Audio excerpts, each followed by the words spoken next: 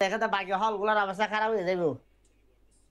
আর আমরা মানে সবাই যে একটা প্রেশার ফিল করাচ্ছি আর কি, প্রেশার প্রেশার ফিল করাটা দরকার স্যার, মানে কাজ তুমি হবে না। তুমি শুধু প্রেশার দিয়ে লাভ নাই, টাকা পয়সা থাকতে হবে তো।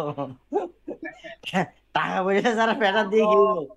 রফলে মনে স্যার হয় টাকা আমরা পয়সা যেরকম আছে কিছু। বিভিন্ন, না স্যার আমাদের প্রশাসন থেকে কোনো টাকা আমরা পাই নাই, এটা হচ্ছে স্যার আমরা বিভিন্ন কোম্পানির সাথে কোলাবোরেট করে স্পন্সরশিপের ওইটা মাধ্যমে নিয়ে আসি। ওইটা আসলে প্রশাসনের এত টাকাও বা পাবে কই, সরকারি এগুলো এগুলো বোঝ ঝামেলা। বাইরে থেকে কিছু ভালো ভালো কোম্পানি থেকে এই যে পিএসপি টিএসপি এগুলো কোটি কোটি টাকা এমনি এমনি নষ্ট করতেছে। তারপরে আমরা তোমার এরকম দুইটা কোম্পানি হ্যাঁ আমরা এরকম দুইটা কোম্পানি ধরছি আর কি স্যার। হ্যাঁ বললাম তো, এই যে পিএসপি এরা তো তোমার কোটি কোটি টাকা এমনি ইয়ে ফাঁকি দিতেছে, কর ফাঁকি দিতেছে। ওখান থেকে তো 10% ইউনিভার্সিটি দিলে তো খামিয়ে যাবে। ওরা স্যার দিতে চায় না স্যার, ওরা এখন একটা মসজিদ করার পর আর কিছু দিতে চাচ্ছে না।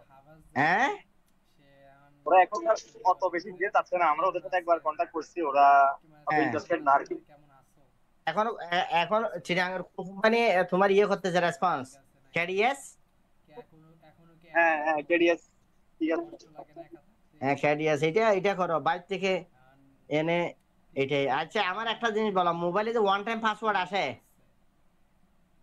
স্যার আমরা বিভিন্ন টাকা ট্রান্সফার করতে গেলে তোমার এই যে মনে করে বিকাশ, তারপরে তোমার ক্রেডিট কার্ড, ওয়ান টাইম একটা পাসওয়ার্ড আছে না?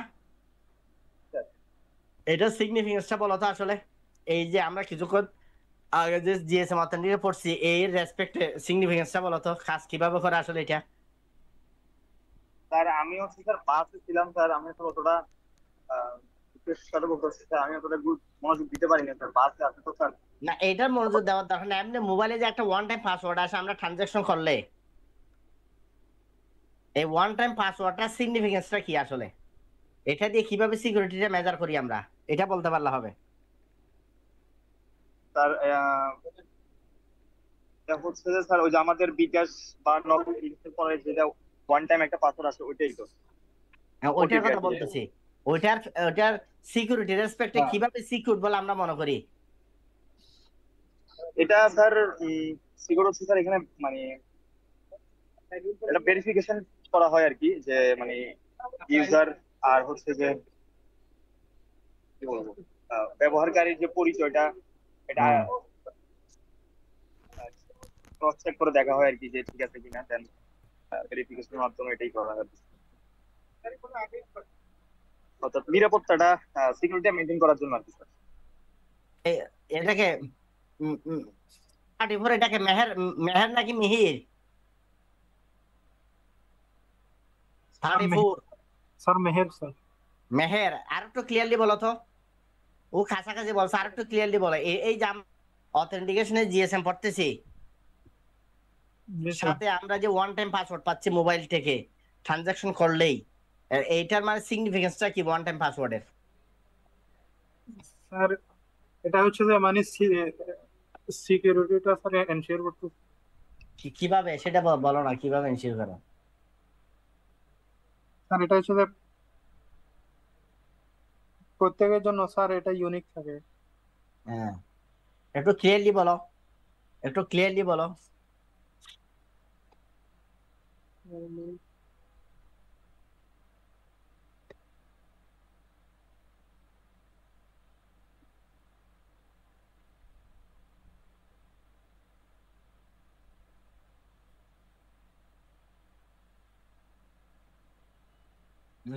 রায়ান তাসফিন বলো, আর একটু ক্লিয়ারলি বলো। স্যার আমরা যখন ওয়ান টাইম অথেন্টিকেশন করতে যাই তখন আমাদেরকে সার্ভিস থেকে একটা সিক্রেট পাসওয়ার্ডই দেওয়া হয়, যেটা আর কাউকে দেওয়া হয় না।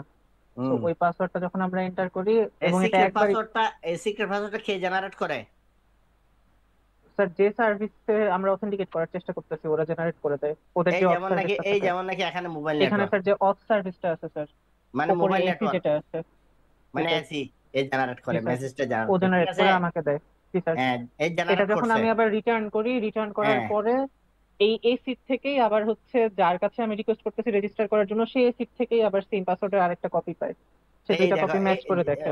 অভিমান, এটা এই দেখো মনে করে এসি এই মেসেজটা জেনারেট করলো না। জি স্যার। হ্যাঁ এখানে তো ধরো সিম, এটা সিম তো মনে করো সিম, এটা হচ্ছে সিমটা হচ্ছে নতুন রেজিস্ট্রেশন হওয়ার সময় জেনারেট করে। আমরা যখন ওয়ান টাইম পাসওয়ার্ড পাই, মনে করে এসি জেনারেট করার পরে সেটা তোমার মোবাইলে আসলো ইউনিক পাসওয়ার্ড, এটাতে এর মধ্যে সিস্টেমের মধ্যে অলরেডি আছে একটা নির্দিষ্ট টাইম পর্যন্ত থাকে। ওখানে বলে না তোমাকে 5 মিনিটের মধ্যে দিতে হবে বা 2 মিনিটের মধ্যে দিতে হবে, এরকম একটা টাইম দেয় না? জি স্যার। তাহলে ওই টাইম পর্যন্ত সিস্টেমের মধ্যে পাসওয়ার্ডটা রয়ে যায়।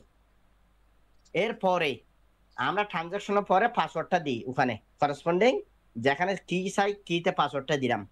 দেওয়ার পরে যখন অ্যাক্টিভেট করলাম, এই কিটা আবার কোথায় চলে গেল? এটা আবার কোথায় চলে গেল? ওই অথেন্টিকেশন সেন্টারে যদি আমরা বলি ওই সিস্টেমের মধ্যে। কারণ কি জেনারেট করে, মনে করো বিকাশে কি জেনারেট করে তোমার কাছে পাঠাইলো, তুমি কিটা দিলা, দেওয়ার পরে আবার এটা বিকাশের মেইন সেন্টারে চলে যাচ্ছে। কোথায় চলে যাচ্ছে? বিকাশের অর্থাৎ সে ভেরিফাই করতেছে তুমি যে কি দিছ এটা ঠিক নেবে ঠিক, সেটা তো তোমার মোবাইলের নাম্বার নাই, সেটা আছে কোথায়? বিকাশের সিস্টেমে। কোথায় আছে? বিকাশের সিস্টেম স্যার।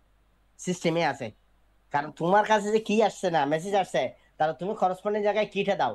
দেওয়ার পরে তখন সে দেখে যে তুমি যে কিটা দিছ, সে কিছুক্ষণ আগে যে তোমার কাছে কিটা পাঠাইছে ওই নির্দিষ্ট টাইমের মধ্যে দুটো ম্যাচ করে দেখে। যদি ম্যাচ করে দেখে যে ওকে হয়, তাহলে ট্রানজাকশন হয়, না ট্রানজাকশন হইতো না। একসময় কি ওয়ান টাইম পাসওয়ার্ড পাঠাইতো না কিন্তু। একসময় অনলাইন ট্রানজাকশনের জন্য ক্রেডিট কার্ড যদি হয়, ক্রেডিট কার্ডের পিছনে একটা তোমার 3 ডিজিটের ই আছে দেখছো, কি আছে দেখছো? ক্রেডিট কার্ড বা ডেবিট কার্ড, ওই 3 ডিজিটের কি একসময় এটা দিয়ে ট্রানজাকশন হইতো। কিন্তু এখন দেখা যাচ্ছে মনে করো কেউ তোমার ক্রেডিট কার্ডটা চুরি করে ফেললো, ডেবিট কার্ডটা চুরি করে ফেললো, তার কাছে কার্ড নাম্বারও আছে, কার্ডও আছে, পাসওয়ার্ডও আছে। সে চাইলে অনলাইন ট্রানজাকশন করতে পারবে, সে চাইলে সুপার শপে চলে যেতে পারবে। তো এখন কি হয়, ট্রানজাকশন হওয়ার সাথে সাথে তোমার বিশেষ করে কি অনলাইনে তোমার মোবাইল একটা মেসেজ চলে আসে, মানে one time password. One time পাসওয়ার্ডটা যখন তুমি ঠিকঠাক মতো দিতে পারো, তার মানে বোঝা যাচ্ছে যে এটা অথরাইজড ইউজার ট্রানজাকশনটা করছে। যদি অথরাইজড ইউজার ট্রানজাকশন করে থাকে, তখন যদি কিটা মিলে যায় তখন সে তোমাকে পারমিশন দেয় ট্রানজাকশন করার, আদারওয়াইজ পারমিশন দিবে না। কারণ এটা হচ্ছে সিকিউরিটি। আর এখানে যে সিরিজটা, এটা হচ্ছে সিম, যখন আমরা প্রথমবার সিম অ্যাক্টিভেট করি, এটা হচ্ছে অথেন্টিকেশনে জিএসএম। তাহলে একটা গেল অথেন্টিকেশন, আবার সিকিউরিটি জিএসএম। প্রথমটা হচ্ছে কনফিডেন্সিয়ালিটি, কনফিডেন্সিয়াল, মানে এটা আমি ছাড়া কেউ জানে না, বা আমরা দুজন ছাড়া কেউ জানে না, এটাকে বলে confidential. All user related data is encrypted, যেখানে ইউজার ডাটা এনক্রিপশন বলা হচ্ছে যে তোমার মেসেজটা কেমন ভাবে স্ক্র্যাম্বল বা চেঞ্জ করে দেওয়া হয়, যাতে ইন দ্য মিন টাইম কেউ যদি তোমার মেসেজটা পায়, সে যাতে এটা ডিকোড করতে না পারে, অর্থাৎ এলোমেলো করে দেওয়া হয়। মনে করো দিস ইজ এ বুক, এটাকে SIHT, SI, বুকের KUBU এভাবে করে দিলাম, মেসেজটা এনক্রিপশন করে দিলাম, এটা এনক্রিপশন। তবে এনক্রিপশন তো আর মনে করা হবে না, একটা নির্দিষ্ট অ্যালগরিদমকে ফলো করে এনক্রিপশন করা হয়, যাতে রিসিভারে একই অ্যালগরিদম ফলো করে ডিক্রিপ্ট করতে পারে। কারণ তুমি শুধু এনক্রিপ্ট করলে হবে না, তো রিসিভারকে এটা ডিক্রিপ্ট করতে হবে না। কারণ তুমি যদি উল্টাপাল্টা এনক্রিপ্ট করো, রিসিভার যদি তোমার কথা যদি না বুঝে, তাহলে সেটা তুমি ডিক্রিপ্ট করতে পারবে না। এই জন্য বলা হচ্ছে all user data is encrypted after authentication, BTS and MSF encryption to voice data and signaling। এখন দেখো তোমার মোবাইলটা অথেন্টিকেট হওয়ার পরে, তুমি অথরাইজড ইউজার হওয়ার পরে, বেস ট্রান্সিভার স্টেশন এবং মোবাইল স্টেশন এনক্রিপশন ইউজ করবে ভয়েস ডাটা এবং সিগন্যালের জন্য, যাতে ইন দ্য মিন টাইম কেউ যদি এটা হ্যাক করতে চায় সে যাতে বুঝতে না পারে। This confidentiality exist only between MS এবং BTS। তবে এটা অনলি MS এবং BTS এর মধ্যে হয়, but it doesn't exist end to end on the whole fixed GSM telephone network. তাহলে এখানে যে কনফিডেন্সিয়ালিটি হয়, সেটা শুধু মোবাইল স্টেশন BTS এর মাঝে, MSC থেকে BSC, MSC থেকে শুরু করে, আর এখানে কনফিডেন্সিয়ালিটি থাকে না, এটা লিক হয়ে যায়, ওপেন হয়ে যায়।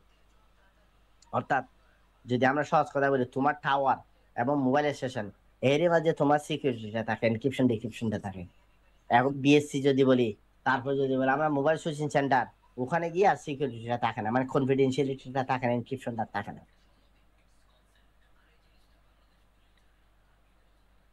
এখন আমরা যদি এনক্রিপশনের GCM বলি, সেটা তোমার আগের আগের হিসাব করে যদি আমরা বলি, দেখো সাবস্ক্রাইবার অথেন্টিকেশন, মেসেজ কিভাবে এনক্রিপশনটা হয়। মনে করো K1 ইন্ডিভিজুয়াল অথেন্টিকেশন কি, K1 আগের মধ্যে K1 জেনারেট করছে, র্যান্ডম নদী জেনারেট করছে। তাহলে 8 হচ্ছে জেনারেশন সাইফার কি, সাইফার, সাইফার বলা হয় cipher message, original message cipher message মানে এনকোড করা হয় সাইফার কি, যেটা দিয়ে তোমার মেসেজটাকে এনক্রিপ্টেড করা হবে, এটাকে বলা হয় মানে তোমার মানে cipher message, message cipher, encrypted message. তাহলে দেখো তোমার K1 এই র্যান্ডম নামে জেনারেট করলো, 8 দিয়ে একটা মেসেজ জেনারেট করলো। তাহলে সাইফার তুমি ক্যাসি এখানে নতুন একটা ইউজ করতেছে সাইফার কি, যেটা 64 বিট সাইফার কি দিল। সাইফার কি দেওয়ার পরে দেখো এই যে ডাটার সাথে কি, এই ডাটাটাকে তোমার এখানে যে ডাটা আছে, এই ডাটাটাকে কি দিয়ে এনক্রিপ্ট করবে। এনক্রিপ্ট করার জন্য একটা অ্যালগরিদম ইউজ করে, এটাকে বলে এনক্রিপশন অ্যালগরিদম। A5 এনক্রিপশন এক জায়গায় এনক্রিপশন করবে আর যে ডিক্রিপশন করবে। মানে এখানে আমার মোবাইল নেটওয়ার্ক এবং এমএস এর মধ্যে কানেকশন, তো ঠিক কিভাবে এই যে 8 অ্যালগরিদম এর ডাটা এবং তোমার ওই যে একই দিয়ে এনক্রিপশন করবে। তাহলে দুটোটার মধ্যে অ্যালগরিদম সেম অ্যালগরিদম, সেম কি ডাটা। তাহলে এ কি করবে, তার নিজস্ব কি এবং ডাটা দিয়ে এই অ্যালগরিদম ইউজ করে এনক্রিপ্ট করতে পারবে আবার ডিক্রিপ্ট করতে পারবে। কারণ তাদের মধ্যে কিগুলো আছে, কিগুলো দুজনের কিটা জানে। সেই জন্য এটাকে বলা হচ্ছে তোমার 8 এনক্রিপশন এবং তোমার জেনারেশন সাইফার কানেক্ট করবে, তারা A5 হচ্ছে এনক্রিপশন এবং ডিক্রিপশন অ্যালগরিদম। তোমরা যখন সিকিউরিটি পড়বে ওগুলো আরো ডিটেইলস বুঝতে পারবে। এটা হচ্ছে মোবাইল স্টেশন, এটা হচ্ছে বেস স্টেশন। মানে ডাটাগুলো কিভাবে এনক্রিপ্ট করে, এনক্রিপ্ট করে যে পাঠাচ্ছে, সে অ্যালগরিদম ইউজ করে তার নিজস্ব ইউজ করে সেটা ডিক্রিপ্ট করতে পারবে। পাবলিক এবং প্রাইভেট নামে কিছু কি আছে, RS অ্যালগরিদম। তোমরা সিকিউরিটি পড়লে আরো ক্লিয়ার হবে, আপাতত এতটুকু জেনে নাও। তোমার এই যে A5 এটা অ্যালগরিদম ডাটা, এই যে কি যেটা আছে কি, এই কি এও জানে এও জানে, মানে দুটোটা সেম টাইপের কি, এই কি জেনারেট করেই সে এনক্রিপ্টেড মেসেজটা আসবে সে ডিক্রিপ্ট করতে পারবে। আবার এই যখন মেসেজটা এখানে পাঠাবে, সে তার কি জেনারেট করে এটাকে ডিক্রিপ্ট করতে পারবে, এক কি এবং ওই তার নিজস্ব কি দিয়ে এটা ডিক্রিপ্ট করতে পারবে। ওই সিকিউরিটি পড়লে তোমরা অ্যালগরিদম এক্সাম্পল সহ পড়তে পারবে। আপাতত এতটুকু ধরো, সিজার সাইফার অর্থাৎ এনক্রিপশন ডিক্রিপশন করতে পারে। এনক্রিপশন মানে একটা মেসেজ কেমন ভাবে চেঞ্জ করে দেওয়া যাতে তার লেটার গুলা এলোমেলো হয়ে যায়। ডিক্রিপশন হচ্ছে তার উল্টা অ্যালগরিদম, লেটার গুলো আবার ঠিক মতো অর্গানাইজ করা। এই এনক্রিপশন এবং ডিক্রিপশন অনেক ধরনের অ্যালগরিদম আছে, সহজ স্তর থেকে জটিলতম। তাহলে এভাবে জিএসএম প্রথম অথেন্টিকেট করলো, তারপরে তোমার সিকিউরিটি দিল। তাহলে প্রথমটা গেল অথেন্টিকেশন, এটাকে যদি বলে আমরা অথেন্টিকেশন, মানে সে অথেন্টিকেট হইলো তোমার সিমটাকে, সে এনক্রিপশন এবং ডিক্রিপশন করলো, অর্থাৎ তোমার এবং জিএসএম নেটওয়ার্কের মধ্যে দিয়ে যে মোবাইল যে আদান প্রদান হবে সেটা সে কি করলো, এনক্রিপ্ট এবং ডিক্রিপ্ট করতে পারে। অ্যানোনিমিটি মানে তো বুঝো, অ্যানোনিমাস মানে কি,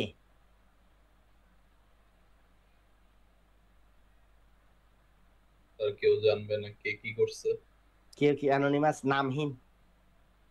নামহীন টু প্রোভাইড ইউজার অ্যানোনিমিটি, মানে প্রোভাইড ইউজার কে কাজ করছে কে করছে না, এটা কোন ইউজার সেটা অ্যানোনিমিটি করার জন্য all data is encrypted before transmission,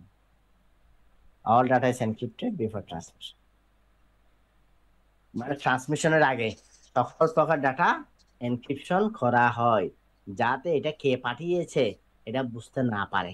এখন এর মাঝখানে যদি তোমার কোনো ধরনের হ্যাকার এই মেসেজটা যদি পেয়ে যায়, সে দেখবে যে এটা মেসেজ। তবে এনক্রিপশন যেভাবে করা যায় ডিক্রিপশনও করার অ্যালগরিদম আছে। সো হ্যাকাররাও যদি ট্রাই করে কন্টিনিউয়াসলি এটা ডিক্রিপ্ট করার জন্য। এখন হ্যাকাররা, তোমার কি মনে হয় হ্যাকাররা জীবন সারাদিন এটা ট্রাই করবে? মনে করে এটিএম কার্ড, তোমার এটিএম কার্ড হারাই গেল, এটা মাঝখানে কেউ পেয়ে গেল। আচ্ছা এটিএম কার্ডের কি কি সিকিউরিটি আছে আমার কেউ একজন বলো তো। কম বেশি সবাই এটিএম কার্ড ইউজ করো নাকি? এটিএম কার্ড ইউজ করো না এরকম কেউ আছো? স্যার করি না স্যার। করি না স্যার। তুমি কোন দেশে আছো? তোমার তো এখন কোন দেশে পাঠাইছাম? এটিএম কার্ড ছাড়া তো কোনো দেশ নাই। নাজমুল হাসান, জি স্যার। তুমি বলো তো এটিএম কার্ড এবং তোমার এটিএম মেশিন, এই যে আমরা ট্রানজাকশন, এখানে কি কি সিকিউরিটি আছে বলো তো দেখি স্টেপ বাই স্টেপ। এখন মনে করো তোমার কার্ডটা হারাই গেল, হারাই যাওয়ার পরে অন্য কেউ পেল, সে তোমার এটিএম মেশিনে গেলে মেশিনে গিয়ে ট্রাই করতেছে, সে কি কি ধরনের সিকিউরিটি আছে এই কার্ড গুলাতে যাতে তোমার এটা সহজে সে এই কার্ডটাতে দিয়ে টাকা তুলতে না পারে, দেখি বলতে পারে কিনা।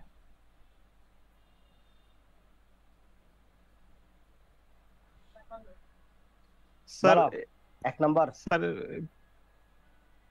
পিন দেয়া লাগবে, পিন তো তার জানা নেই। পিন দেওয়া লাগবে, তো পিন ঘিসে কয়বার দিব?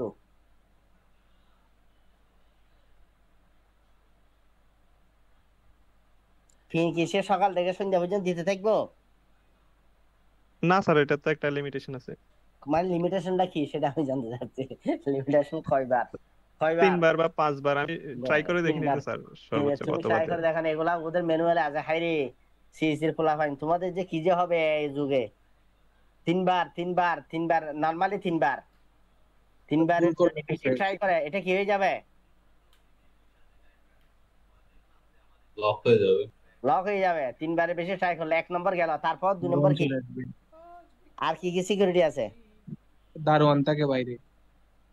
ওইটা তো ফিজিক্যাল দারোয়ান, দারোয়ান তো তোমার দিলে এমনি তো ঢুকতে দিব, ওই দারোয়ান কিছু করতে পারবে না। আর কি?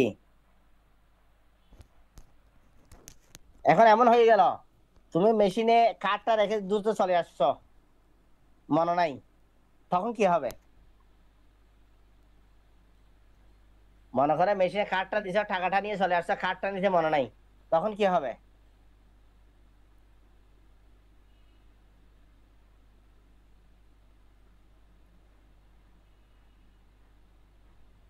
তোমরা কেউ জানো না এটা? মনে করো তুমি এটিএম থেকে টাকা তুলছো, টাকা তোলার পরে টাকাটা নিয়ে আসছো, কার্ডের কোন অবস্থায় আছে এখন বলো তো? তার একটা মেসেজ চলে যায় মোবাইলে টাকা উঠাইতে। মোবাইলে মেসেজ গেল, কার্ডটা মনে করো তুমি কার্ডটা নিতে ভুলে গেছো, কার্ডটা একটু করে বের হয়ে আসে না, জি আসে স্যার। কিনা? এখন মনে করো কার্ডটা নিতে ভুলে গেছো, টাকাটা নিয়ে চলে আসছো, এই কার্ডের কি হবে? আর এখানে চিপ থাকে। এটা তো জানি, কার্ডের কি হবে আমি সেটা বলতেছি, কার্ডটা যাবে কোথায় এখন?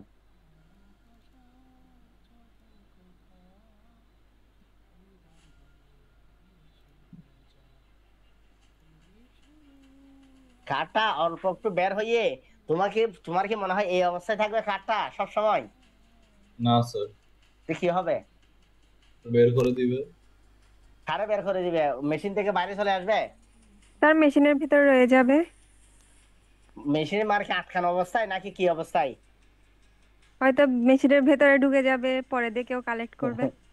হয়তো হয়তো হয়তো কি মেশিনের মধ্যে আটকে থাকবে 45 কয়েনের মতো পড়ে সেকেন্ড, যাবে ব্যাংকে। 45 সেকেন্ডের মধ্যে যদি এটা কার্ড না নাও মেশিনের মধ্যে ঢুকে যাবে, কিন্তু নাইলে তো তোমার এই কার্ডের জন্য আর কেউ ট্রানজাকশন করতে পারবে? পারবে কিনা? না স্যার। অথবা তোমার পরে কেউ গেল, সে কার্ডটা নিয়ে বাড়ি চলে যাবে না? কি মনে হয়? জি স্যার। তা এই কার্ডটা 45 সেকেন্ডের মধ্যে যদি তুমি কার্ডটা যদি কি করো, 45 সেকেন্ডের মধ্যে কার্ডটা যদি কালেক্ট না করো, কার্ড মেশিনের মধ্যে আবার ঢুকে যাবে। ফর এক্সাম্পল এমন হয়ে গেল কার্ড নিয়ে আসো, টাকাটা নাও নাই, কি হবে?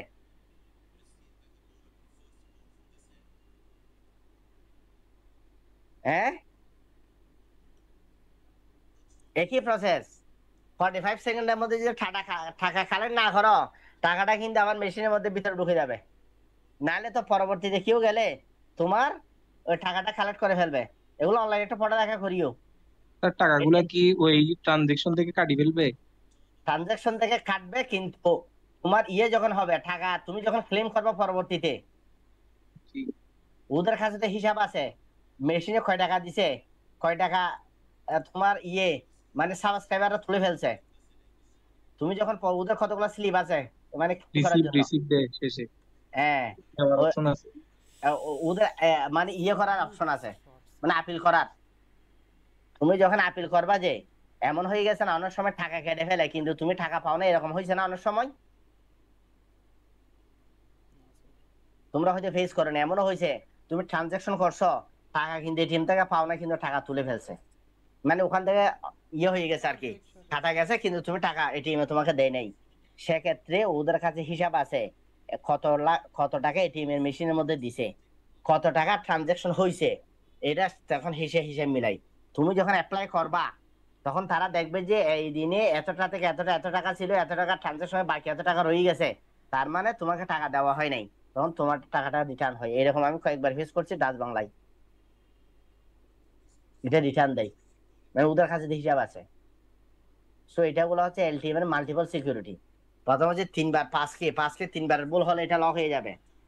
2 নম্বর, তোমাকে কিন্তু পাঁচকে যে দিবা তার একটা নির্দিষ্ট সময় আছে। পাঁচকে যদি তুমি একটা দেওয়ার পরে 5 মিনিট পরে আরেকটা দাও, হবে না, কার্ড বেরিয়ে যাবে। তুমি ট্রাই করে দেখো, আবার কার্ড মেশিনে খাই ফেললে আমার দোষ নাই। তোমার পাঁচকে নির্দিষ্ট খুব দ্রুত পরপর 4টা কি তোমার 4টা মানে দিতে হবে, মানে পাঁচকে একটা নির্দিষ্ট ডিউরেশন, একটা নির্দিষ্ট 2টার মধ্যে টাইম। তুমি একটা দিয়ে 5 মিনিট বসে থাকলে 8টা দিবে, দেখবে কার্ড বেরিয়ে আসতেছে। আমার কার্ড দেখবা যে মেশিনে এভাবে চেপে রাখে, টাকা দিলে টাকা চেপে রাখে, টেনে বের করতে হয়। তুমি যদি আমি আগে ম্যানুয়াল পড়ছি 45 সেকেন্ড, রিসেন্ট জানি না, হয়তো 45 সেকেন্ড আরো কম হইতে পারে। তোমার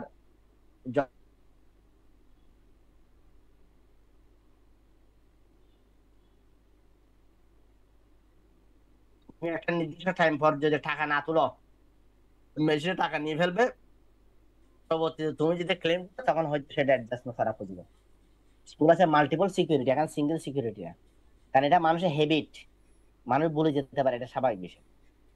টাকা না নিতে পারে, এটিএম না নিতে পারে, কার্ড না নিতে পারে, আবার ফার্স্ট কোড একটা দিল, 2 বন্ধু মিলে গেলা, কথা বলতেছ সমানে, দেখবা যে কি একটা দিছ, 5 মিনিট পর একটা দিছ, তখন দেখবা যে তোমার কার্ড বের করে দিচ্ছে। তো এগুলো হচ্ছে মাল্টিপল সিকিউরিটি, ওখানে এটিএম এর মধ্যে থাকে, যেটা আমরা এখন দেখছি।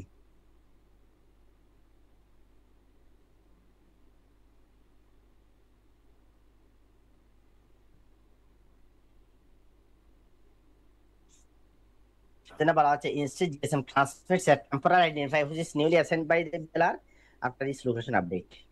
তাহলে অ্যানোনিমিটি এটা করার জন্য জিএসএম এর ক্ষেত্রে যখনই লোকেশন আপডেট হবে, সে একটা টেম্পোরারি আইডেন্টিফায়ার, যেটা টিএমএসআই বলা হয়, এটা অ্যাসাইন করে। Additional the dealer can change the TMSI at any time temporary mobile subscribe identity, অর্থাৎ তোমার ভিজিটর লোকেশন রেজিস্টার যখনই তুমি নতুন এলাকায় যাবা, তখনই অটোমেটিক্যালি তুমি এটা বৈধ কিনা এটা টিএমএসআই আইডেন্টিফায়ার দিয়ে তোমাকে আইডেন্টিফাই করবে। আমরা জানি নরমালি জিএসএম মাধ্যমে algorithm A3 for authentication, A5 for encryption এবং A8 ফর কি জেনারেশন। কি জেনারেশনের অ্যালগরিদমটা ওপেন ইন্টারফেস মানে পাবলিক স্ট্যান্ডার্ড, এই কি জেনারেশন অ্যালগরিদমটা সবাই জানে। তারপরে তোমার পাবলিক অ্যাভেলেবল, পাবলিক স্ট্যান্ডার্ড আর কি ওপেন ইন্টারফেস, মানে এইটা দিয়ে এনক্রিপ্ট ডিক্রিপ্ট, এটা দিয়ে তোমার মেসেজের সাথে যে এনক্রিপশন করবা, তারপরে তোমার ওই যে রিসিভারও সেটা জানবে, সে একই কি দিয়ে সেটাকে ডিক্রিপ্ট করবে। তোমরা যখন পাবলিক কি প্রাইভেট কি পড়বা আরএস অ্যালগরিদম, তখন এই অ্যালগরিদম গুলো নিয়ে আমার মনে হয় ক্লিয়ার হবে, এটা ইনফরমেশন দিতে পারবা।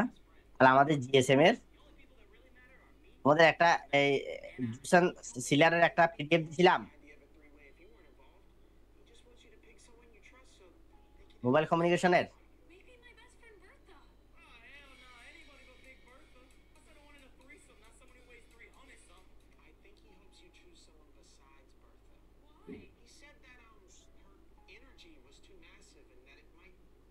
বইটা পড়তে হবে তোমাদের একটু।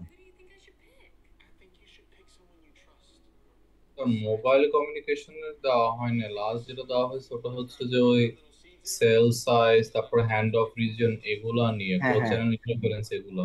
আচ্ছা, এটা দিতে হবে অন্য বইটা যেটা আগারওয়ালের। স্যার আমরা যে ইয়াটাও পাই না, আপনাকে বলা মানে গ্রুপে আমি জিজ্ঞেস করেছিল ওই স্টোর প্রোগ্রাম কন্ট্রোলের ওই স্লাইডটা। আচ্ছা আচ্ছা, এটা আমি দেবো, ওইটা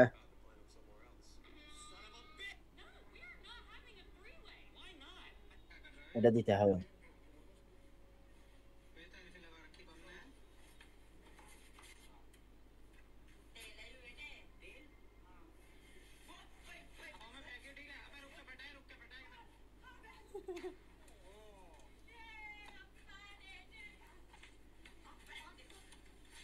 আমাদের সিলারের একটা বইয়ের পিডিএফ আছে,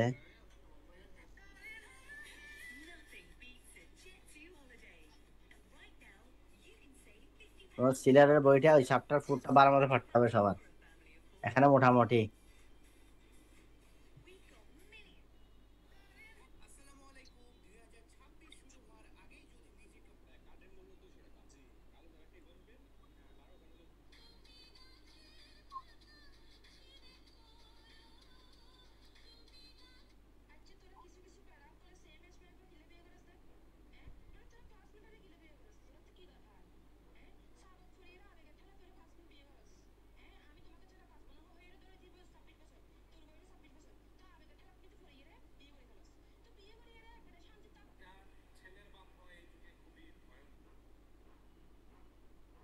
তোমাদের গ্রুপে একটা ইয়ে দিছি, দেখো একটা পিডিএফ, চ্যাপ্টার 4 মোবাইল কমিউনিকেশন সিলারের বই।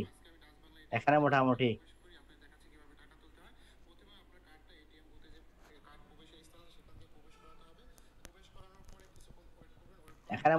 এই সেলুলার কমিউনিকেশন 2G 3G এটা ফুল কভার করবে। ওটা বই থেকে একটু ডিটেলস পড়বা।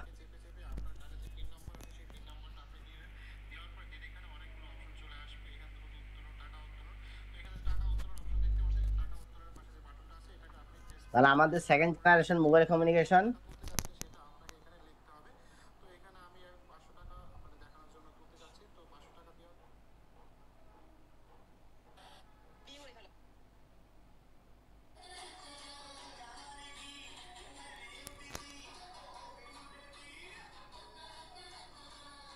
তোমার আজকে স্লাইডটাও দিলাম।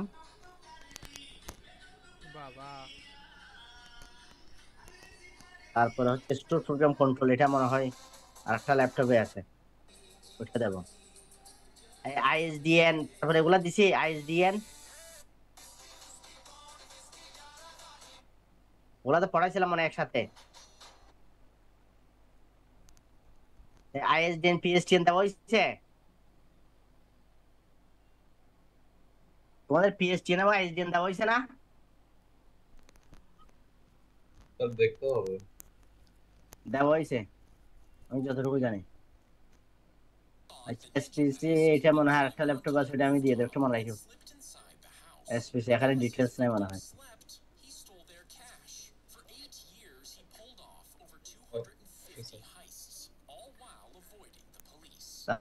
তাহলে মোটামুটি আমাদের জিএসএম, এখানে জিএসএম এর এই বইটা একটু দেখাই তোমাদের, সিলারের বই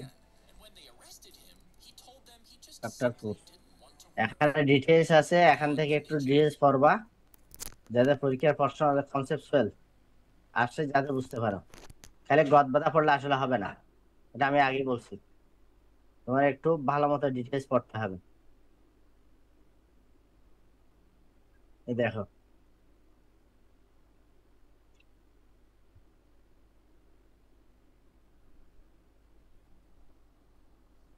ইয়ে দেখা যাচ্ছে না পিডিএফটা?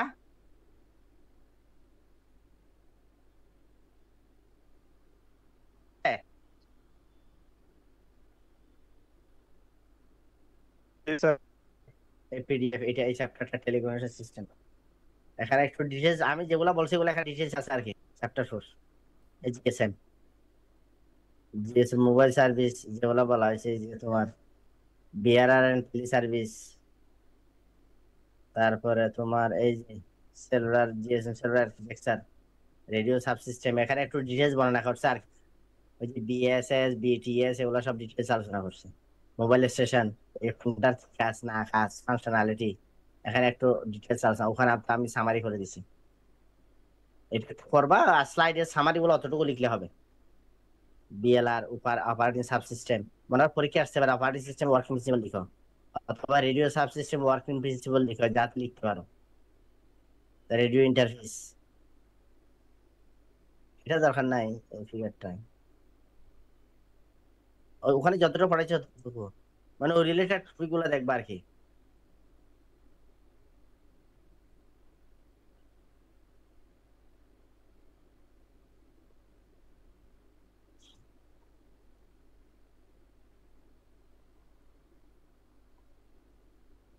স্লাইডে সব পড়ার দরকার নেই, আমি যে টপিক গুলো পড়াচ্ছি শুধু সেই টপিক গুলো কভার করলে হবে।